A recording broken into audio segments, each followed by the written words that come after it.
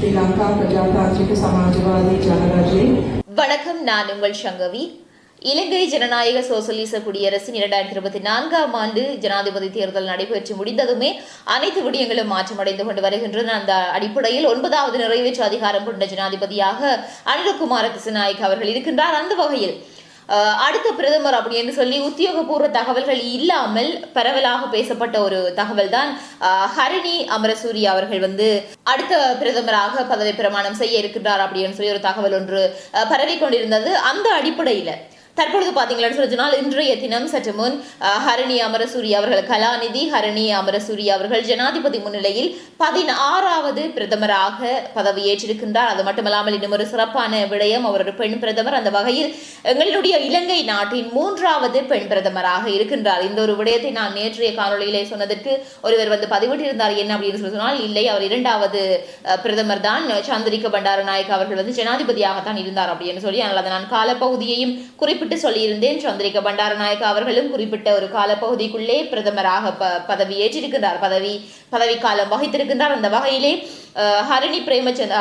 ஹரிணி அமரசூரிய அவர்கள் இலங்கை நாட்டின் 3வது பெண் பிரதமராக இருக்கின்றார். அந்த வகையில் தற்பொழுது அவர் பதவியேற்றதுமே அறிவித்திருக்கக்கூடிய ஒரு அதிரடியான அறிவிப்பு என்று சொன்னால், பாராளுமன்றம் இன்றைய தினமே கலைக்கப்படும் அப்படின்னு சொல்லப்படுகின்றது. ஆகவே இது தொடர்பான தகவல்களை நாங்கள் தொடர்ந்து பார்க்கலாம். அதனையும் விட அனுரகுமார திசாநாயக்க அவர்கள் தொடர்ந்தும் நிறைய மேடைகளிலே, தன்னுடைய பிரச்சார மேடைகளிலே நிறைய விடயங்களை குறிப்பிட்டிருந்தார். அதில் முக்கியமான விடயம் ஈஸ்டர் குண்டு தாக்குதலுடன் சம்பந்தப்பட்ட சூத்திரதாரர்கள் அனைவருக்குமான நடவடிக்கைகளை எடுப்பேன், அது தொடர்பான அனைத்து விசாரணைகளையுமே துரிதப்படுத்துவேன் அப்படின்னு சொல்லி குறிப்பிட்டிருந்தார். அந்த வகையில் அது தொடர்பான ஒரு முக்கியமான ஒரு ஒரு ஆரம்ப கட்டமாக ஒரு விடயத்தை செய்திருக்கின்றார். ஆகவே அந்த வகையில் குறிப்பிட்ட அந்த விடயத்தை பற்றியும் பார்க்க போகின்றோம். அது மட்டுமல்லாமல் நிறைய அரசியல்வாதிகளுக்கு ஒரு அச்சத்தை ஏற்படுத்துகின்ற விதமாக அல்லது அவர்களை ஒரு முறை ஆட்டம் காணக்கூடிய விதமாக அனுரகுமார திசாநாயக்க அவர்கள் அதிரடியான ஒரு உத்தரவு ஒன்றை பிறப்பித்திருக்கின்றதாகவும் சொல்லப்படுகின்றது. அது என்ன விடயம் என்றதை பார்க்க போகின்றோம். அது மட்டுமல்லாமல்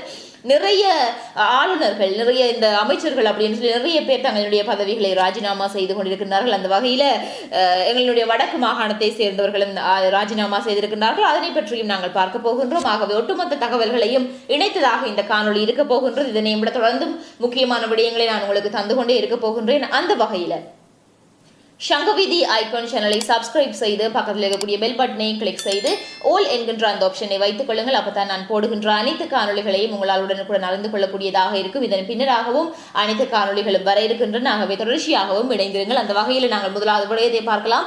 ஏற்கனவே சொல்லியிருந்தேன், ஹரிணி அமரசூரிய அவர்கள் கலாநிதி ஹரிணி அமரசூரிய அவர்கள் பதவியேற்றிருக்கிறதாகவும், அந்த அடிப்படையில் இன்றைக்கு பாராளுமன்றம் கலைப்பு தொடர்பான விசேட கூட்டம் நடைபெற இருக்கின்றது. அது மட்டுமல்லாமல் இன்றைய தினமே அனைத்துமே கலைக்கப்படவும் இருக்கின்றது. அது மட்டுமில்லாமல் முக்கியமான ஒரு விடயம் என்ன அப்படின்னு சொன்னால், இந்த கூட்டம் இன்றைக்கு பாராளுமன்றம் கலைக்கப்பட்டதுமே அந்த கூட்டத்தில் அந்த தீர்மானம் எடுக்கப்பட்டு பாராளுமன்றம் கலைக்கப்படுமானால் நிச்சயமாக அடுத்த தேர்தல் பொது தேர்தல் தெரியும் உங்களுக்கு, மிக விரைவிலேயே நடாத்தப்பட வேண்டும். அந்த வகையில் நவம்பர் அல்லது டிசம்பர் மாத இறுதிக்குள்ளேயே இந்த தேர்தலை நடாத்துவதற்காக எதிர்பார்த்திருக்கின்றார்கள். அந்த வகையில் தான் அதனை இலக்காக கொண்டு புதிய நாடாளுமன்றம் கூடும் வரைக்கும் புதிய அமைச்சரவை பதவியில் இருக்கும் அப்படின்னு சொல்லி எதிர்பார்க்கப்படுகின்றது. ஆகவே அனுரகுமார திசாநாயக்க அவர்களை அடிப்படையாக கொண்ட ஒரு புது அரசாங்கம் ஒன்று தற்பொழுது நியமிக்கப்பட்டுக் கொண்டிருக்கின்றது. அந்த வகையில் ஒரு புதிய அரசாங்கம் முற்று முழுதாகவும் உருவாகியதன் பின்னராக நாட்டுக்கான நிறைய மாற்றங்களை நாங்கள் எதிர்பார்க்கலாம்.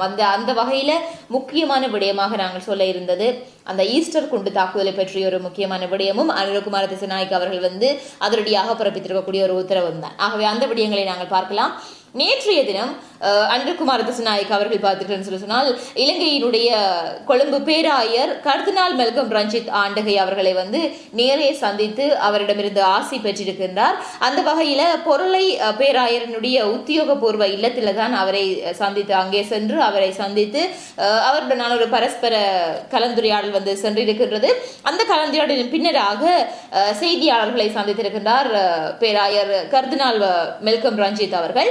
அந்த வகையில் அவர் அந்த செய்தியாளர்கள் சந்திப்பில் குறிப்பிட்ட ஒரு விடயம், அவர்கள் இருவருக்கும் இடையிலே நடைபெற்ற அந்த உரையாடல் என்ன என்பதை குறிப்பிட்டிருக்கின்றார். அந்த உரையாடல்ல அனுரகுமார திசாநாயக்க அவர்கள், அதாவது தற்பொழுது ஜனாதிபதி அவர்கள் குறிப்பிட்டிருக்கக்கூடிய விடயம், ஈஸ்டர் குண்டு தாக்குதலுக்கு பின்னால் இருக்கக்கூடிய சூத்திரதாரர்கள் அனைவரையும் மிக விரைவிலேயே இனம் கண்டு அவர்களை சட்டத்துக்கு முன் நிறுத்துவது தொடர்பில் அவர் கருத்துக்களை சொல்லியிருக்கின்றார். அந்த கருத்து பரிமாற்றம் தான் நடந்ததாகவும் அது மட்டுமல்லாமல் அது தொடர்பான துரித நடவடிக்கைகளை மேற்கொள்வதாகவும் அவர் உறுதி கொடுத்திருக்கின்றார். அந்த வகையில் இதை அனைத்தையுமே நீதிமன்றங்களின் ஊடாக சரியான ஒரு சட்ட நடவடிக்கைகளுக்கு உட்படுத்தி உரிய தண்டனைகளை உரிய நபர்களுக்கு வாங்கி கொடுப்பேன் அப்படின்னு சொல்லி அவர் ஒரு உறுதியான வாக்குறுதியை அளித்துவிட்டு சென்றிருக்கின்றார். ஆகவே வெறுமனே பிரச்சார கூட்டங்களுடன் மட்டும் அந்த விடயம் நின்று விடாமல் இன்றைக்கு ஜனாதிபதியாக பதவி பிரமாணம் செய்ததுமே நேற்றைய தினம் சென்று அவர்களை சந்தித்து ஆயர் அவர்களை சந்தித்து அவரிடம் குறிப்பிட்ட ஒரு வாக்குறுதியை அளித்திருப்பது நிச்சயமாக ஒரு நம்பகத்தன்மையை உருவாக்குகின்றது. இனி அது செயற்படுத்துகின்ற விதத்திலே இருக்கின்றது அதனுடைய 100% விதமான நம்பகத்தன்மையும். ஆனால் அவர் அதனை பிரச்சாரத்துடன் மட்டும் விட்டுவிடாமல் நேரடியாக சென்று அவரை சந்தித்து ஆயர் அவர்களை சந்தித்து அவரிடம் இந்த வாக்குறுதி அளித்ததானது ஓரளவுக்கு எங்களால் அந்த விடயமானது செயற்படுத்தப்படும் என்றதை எதிர்பார்க்கக்கூடியதாக இருக்கின்றது. அதனையும் விட முக்கியமான அதாவது எங்களுடைய அரசியல்வாதிகளுக்கு ஒரு அச்சத்தை ஏற்படுத்திய ஒரு ஆட்டம் அவர்கள் ஒரு ஆடி போயிருக்கக்கூடிய ஒரு விடயத்தை தான் அன்றகுமார் திசாநாயக்க அவர்கள் அதிரடியாக சொல்லியிருக்கிறதாக சொல்லப்படுகின்றது. அந்த வகையில் அது என்ன அப்படின்னு பார்த்தீங்கன்னா, நாட்டிலே பல விதத்தில் பல முறைகளில் பார்த்தீங்கன்னு சொன்னால் மோசடிகளில் ஈடுபட்டவர்கள் எந்த காரணத்தை கொண்டும் தப்பி சென்றுவிடக்கூடாது, அதாவது நாட்டை விட்டு தப்பி சென்றுவிடக்கூடாது என்கின்ற ஒரு காரணத்துக்காக கட்டுநாயக்கா விமான நிலையத்தில் பாதுகாப்பு தீவிரப்படுத்தப்பட்டிருக்கிறதாக சொல்லப்படுகின்றது. அதாவது உங்களுக்கு தெரியும், அரசியல்வாதிகளாக இருக்கட்டும் அல்லது இனிவர்களாக இருக்கட்டும் அல்லது அவர்களினுடைய அந்த பதவியை பயன்படுத்தி கொண்டு சிலர் இருப்பவர்கள் இருக்கிறார்கள் இல்லையா, என்னுடைய மாமா யார் தெரியுமா அல்லது அவர் யார் தெரியுமா அப்படின்னு சொல்லி சில பேர் அதனை பயன்படுத்தக்கூடியவர்கள் என்று சொல்லி ஒரு வட்டாரம் இருக்கின்றது. அந்த வகையில் அப்படியானவர்களோ அரசியல்வாதிகளோ யாராக இருந்தாலும் இந்த மோசடி சம்பவங்கள்ல ஈடுபட்டவர்கள் யாருமே நாட்டை விட்டு தப்பி சென்றுவிடக் கூடாது என்பதற்காகத்தான் இந்த கட்டுநாயக்கா விமான நிலையத்திலே பலத்த ஒரு பாதுகாப்பு தீவிரப்படுத்தப்பட்டிருக்கின்றது. அதற்கமைய சில அரசியல்வாதிகள் விமான நிலையம் சென்றதாகவும் ஒரு தகவல் வந்திருக்கின்றது. சென்ற போதும் அவர்கள் குடிவரவு அதிகாரிகளால் திருப்பி அனுப்பப்பட்டிருக்கிறதாக தெரிய வருகின்றது. ஆகவே தப்பி செல்வதற்காக முயற்சி செய்தும் அவர்களால் செல்ல முடியாத ஒரு நிலைமை தற்பொழுது உருவாகி இருக்கின்றது. குறிப்பாக இன்னும் ஒரு முக்கியமான ஒரு விடயம், ஜனாதிபதி அனுரகுமார திசாநாயக்க அவர்களுடைய உத்தரவுக்கு அமைய சுமார் 30 பேர் விவரங்கள் விமான நிலைய அதிகாரிகளிடம் ஒப்படைக்கப்பட்டிருக்கிறதாக தெரிய வருகின்றது. அந்த 30 நபர்களினுடைய பெயர் விவரங்கள் விமான நிலைய அதிகாரிகளிடம் இருக்கும் வரைக்கும் அந்த நபர்கள் இந்த நாட்டை விட்டு தப்பி செல்ல முடியாது. அந்த வகையில் ஏற்கனவே கடந்த ஆட்சியின் போது முக்கிய அமைச்சு பதவிகளை வகித்தவர்களின் மனைவிகள், பிள்ளைகள், குடும்பத்தார்கள் என்று சொல்லி வெளிநாடுகளுக்கு தப்பி சென்றிருக்கிறதாகவும் தகவல்கள் வெளியாகி இருக்கின்றதாகவே அவர்கள் செல்ல முடியாது. குறிப்பிட்ட அந்த மோசடியில் ஈடுபட்ட நபர்கள் செல்ல முடியாது. ஆனால் அவர்களுடைய பிள்ளைகள், மனைவிகளை பாதுகாப்பாக இருப்பதற்காக அவர்கள் இங்கிருந்து அனுப்பி வைக்கலாம். ஆகவே அப்படியும் ஒரு சில குடும்பங்கள் சென்றிருக்கிறதாகவும் சொல்லப்படுகின்றது.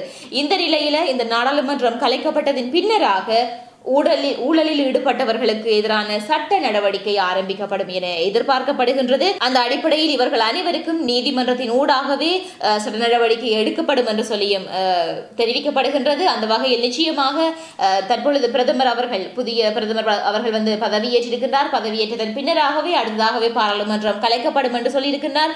இந்த செய்தியை பார்க்கின்ற பொழுது அந்த பாராளுமன்றம் கலைக்கப்பட்டது பின்னராக உடனடியாகவே இந்த ஒரு நடவடிக்கை எடுக்கப்படும். அதாவது இந்த ஊழலில் ஈடுபட்டவர்கள் அனைவருக்குமே கைது செய்யப்படுவார்கள் என்றோ அல்லது அவர்களுக்கு எதிரான சட்ட நடவடிக்கைகள் எடுக்கப்படும் என்றோ தெரிவிக்கப்பட்டிருக்கின்றது. ஆகவே அடுத்த தினங்களில் நிச்சயமாகவே நிறைய நல்ல விடயங்கள் மக்கள் எதிர்பார்த்த விடயங்கள் நடக்கும் என்று நான் நம்புகின்றேன். காரணம், அனுரகுமார திசாநாயக்க அவர்கள் ஜனாதிபதி ஆனதுமே நிறைய மக்கள் கேட்கக்கூடிய ஒரு கேள்வி, இது சொல்லியிருந்தார், இன்னது சொல்லியிருந்தார், இது எப்பொழுது நிறைவேற்றப் போகின்றார், இதனை எப்பொழுது செய்ய போகின்றார் அப்படின்னு சொல்லி தொடர்ச்சியாகவும் தொடர் கேள்விகளை தொடுத்த வண்ணமாகவே இருக்கின்றார்கள். ஆகவே அத்தனை கேள்விகளுக்கும் பதில் சொல்ல வேண்டிய இடத்துல அனுரகுமார திசாநாயக்க அவர்கள் இருக்கின்றார். அது மட்டுமல்லாமல் அனைவருக்குமே உரித்தான அதாவது அனைவருக்கு சமமான ஒரு நாடாக கட்டியெழுப்புவதிலும் சரி அல்லது பொருளாதார ரீதியாக கட்டியெழுப்புவதிலும் சரி பெரிய ஒரு இக்கட்டான நிலைமையில நாட்டை பொறுப்படுத்தியிருக்கின்றார். ஆகவே இவை அனைத்தையுமே கருத்திலே கொண்டு அவர் அடுத்தடுத்த நடவடிக்கைகளை மேற்கொள்வார் என்று நம்புகின்றோம். அந்த வகையில் இது தொடர்பான உங்களுடைய கருத்துக்கள் என்னன்றதை நீங்கள் கருத்து பகிர்வுகளை பகிர்ந்து கொள்ள மறந்து விடாதீர்கள். நிச்சயமாக அடுத்த காணொலியில் யார் இந்த அனுரகுமார திசாநாயக்க என்கிற காணொலியில் நான் உங்களை சந்திக்கின்றேன். வணக்கம்.